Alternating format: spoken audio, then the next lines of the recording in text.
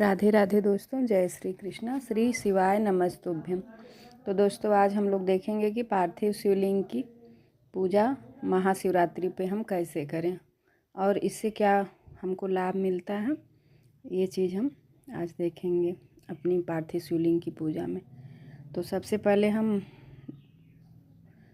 हम शिवलिंग बना के रख लेंगे, मट्टी कहीं से ला के साफ़ सुथरा और या किसी गमले से निकाल के उसको गंगा जल छीट के इसके बाद शिवलिंग स्थापित कर लेंगे।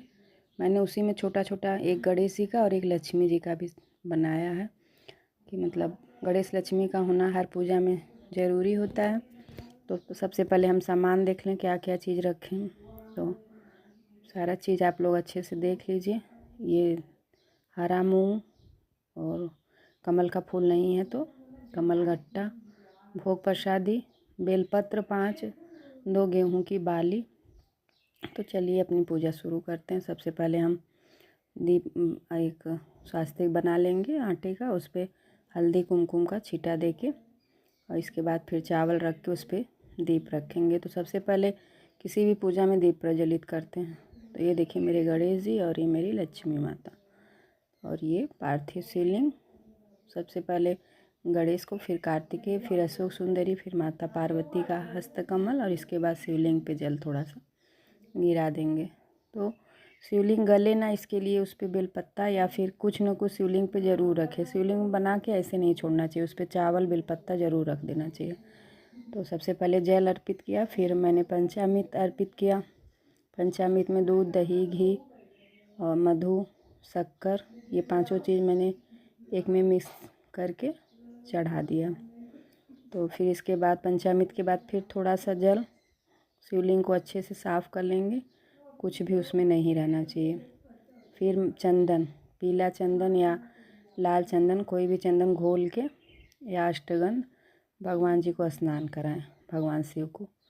इसके बाद फिर वस्त्र का लावा मैंने चढ़ाया है, रुई में भी हल्दी लगा के उपवस्त्र के रूप में चढ़ा सकते हैं। भगवान शिव को जनेऊ ज़रूर चढ़ाएं, तो मैंने जनेऊ चढ़ा दिया है। फिर इसके बाद सबसे पहले गणेश जी को दूबा, फिर भगवान शिव को दूबा चढ़ाने के बाद बेलपत्र चढ़ाएं। तो इसके बाद फिर एक बेलपत्र मैंने गणेश जी को चढ़ाया है और 2, 3, 5 जैसा मिले आपको भगवान शिव को। इसके बाद भगवान गणपति देव को पहले फूल चढ़ा देंगे, फिर लक्ष्मी माता को, इसके बाद भगवान शिव को। यदि आपको मंदार का फूल मिल जाए तो भगवान शिव पे ज़रूर अर्पित करें और उसके अगर मिल जाए ज़्यादा तो माला बना के अपने हाथों से जितना हो सके उतना करिए भगवान के लिए। फिर धतूरे का फूल, धतूरा और ये गेहूँ इस समय हुआ है तो गेहूँ का बाली मैंने चढ़ाया और 2 कमल गट्टा। कमल का पुष्प तो जल्दी मिलता नहीं है बाज़ार में, यदि मिल जाए तो सबसे अच्छा है, नहीं तो कमल गट्टा भगवान शिव पे अर्पित कर देंगे। इसके बाद मैंने काला तिल चढ़ाया है। तो काला तिल चढ़ाने के बाद फिर ये मूंगा, हरा मूंगा जो होता है वो भगवान शिव को और भगवान गणेश को अर्पित करते हैं।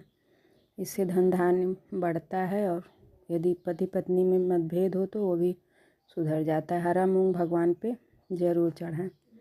इसके बाद मैंने लाल चंदन चढ़ाया है, फिर मैंने भस्म चढ़ाया है घर पे बनाई हुई, और फिर ये बाज़ार से सफ़ेद वाली भस्म जो आती है वो वाला मैंने चढ़ा दिया। इसके बाद फिर भस्म के बाद फिर जो भी हो अष्टगंध और जितना हो सके उतना सजा के अपने भोलेनाथ को रखिए। फिर सिंदूर लगा दिया मैंने, माता लक्ष्मी को 5 बार लगाएं, पार्वती को, फिर अपने मांग में लगा लें थोड़ा सा सिंदूर। इसके बाद फिर मैंने गुलाल, फागुन का महीना है तो भगवान शिव को गुलाल अवश्य अर्पित करें। तो मैंने सब पे थोड़ा थोड़ा गुलाल छीट दिया है और भगवान शिव का शिवलिंग अच्छे से गुलाल से पूरा एकदम सजा के रखेंगे। और इसके बाद फिर दोस्तों अक्षत चढ़ाया मैंने। तो सबसे पहले गणेश पे, फिर लक्ष्मी माता पे, फिर भगवान शिव पे अक्षत।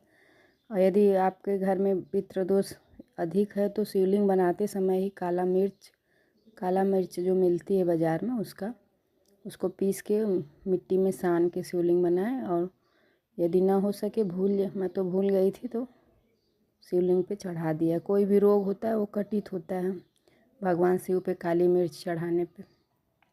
इसके बाद भगवान को भोग लगा देंगे। तो महाशिवरात्रि पे बेर का बहुत बड़ा महत्व है, तो महाशिवरात्रि पे बेर ज़रूर चढ़ाएं और जो हो सके मीठे में आप ज़रूर लगाएं भोग। फिर 3 बार आचमनी करके जल से कि हे भगवान, आपका दिया ही सब कुछ है, जो है मेरे घर में, मेरा घर क्या आप ही का है, जो है उसको स्वीकार करिए। सबसे लास्ट में समी पत्र चढ़ाएंगे, जो मन में कामना हो बोलते हुए, और श्री शिवाय नमस्तुभ्यम या सांब सदाशिव का जाप करते हुए फिर हम समी पत्र चढ़ाएंगे। तो पहले पार्वती का जहाँ हस्त कमल हो वहाँ पे छू के फिर शिवलिंग पे चढ़ाएंगे और सांब सदाशिव यदि हो तो हाथ जोड़ के 108 बार श्री शिवाय नमस्तुभ्यम या सांब सदाशिव का जाप करें। और इसके बाद फिर आरती का समय हो गया है, तो सब अच्छा तो अच्छा चढ़ाने के बाद हम लोग आरती करेंगे। और ये मुंह की शुद्धि के लिए लौंग और इलायची भोग में ज़रूर अर्पित करें। सबसे लास्ट में मैंने अच्छा चढ़ा दिया, तो देखिए 108 चावल का दाना खड़ा टूटा न रहे। और इसके बाद धूप दिखा के गणेश जी का मंत्र, लक्ष्मी जी का मंत्र और भगवान शिव का श्री शिवाय नमस्तुभ्यम का जाप करना चाहिए। तो धूप दिखाते हुए जितना बार हो सके भगवान शिव का जाप करिए। सबसे लास्ट में दोस्तों आरती कर लेते हैं। तो मैंने 2 दिया बनाया है, एक पहले प्रज्वलित कर दिया था, दूसरा आरती के लिए। तो सब फिर इसके बाद हम भगवान शिव की आरती कर लेंगे। जय शिव ओमकारा, हर जय शिव ओमकारा। फिर इसके बाद कपूर उसमें लास्ट में डाल के कर्पूर गौरम करुणावतारम संसार सारम भुजगेंद्रहारम सदा स्वसंतम हृदय रविंद्रे भवम भवामी शैतम नमामि। पूरा आरती कर लेंगे। इसके बाद फिर आरती जब समाप्त हो जाएगी तो उसको ज़मीन पे रख के फिर 3 बार चाहे 4 बार आचमनी 4 बार करके उसको ठंडा करेंगे, शीतलता देंगे आरती को। इसके बाद फिर आरती करने के बाद फिर भगवान शिव को मनाएं कि हे प्रभु, सबको आरती दिखा देंगे। इसके बाद ज़मीन पे रख के इसके बाद घर में भी जितने देवी देवता हैं उन लोग को भी और भगवान शिव को भी आरती दे देंगे। भगवान से प्रार्थना करें कि हे प्रभु, मेरे घर में जो भी कष्ट है उसको सबको हरिए, भोला सब दुख